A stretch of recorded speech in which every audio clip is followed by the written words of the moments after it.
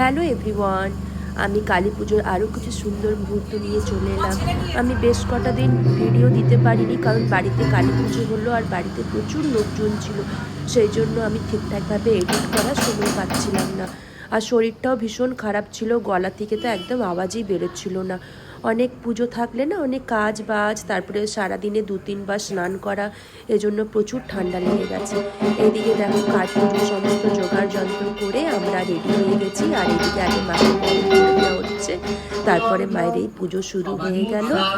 আর এইদিকে মায়ের পুজো চলছে, মায়ের প্রাণদান, চক্ষুদান এইসব এখন পুজো হচ্ছে।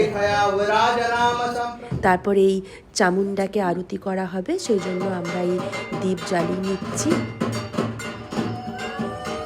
খুব ভালো করে পুজো হচ্ছে। তারপরে সমস্ত পুজো হওয়ার পর মায়ের এই ভোগ নিবেদন করা হচ্ছে মাকে।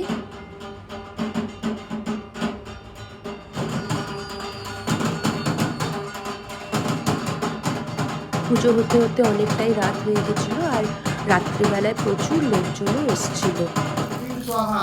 তারপরে এই যজ্ঞ করা হচ্ছে।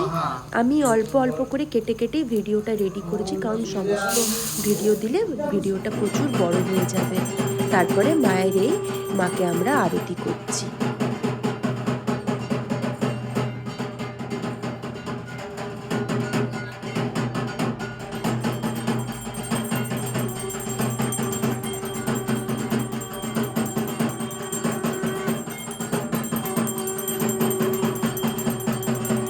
ঠিক আগের সোমবার আজ কালী পুজো ছিল, দেখতে দেখতে এক সপ্তাহ পেরিয়ে গেল।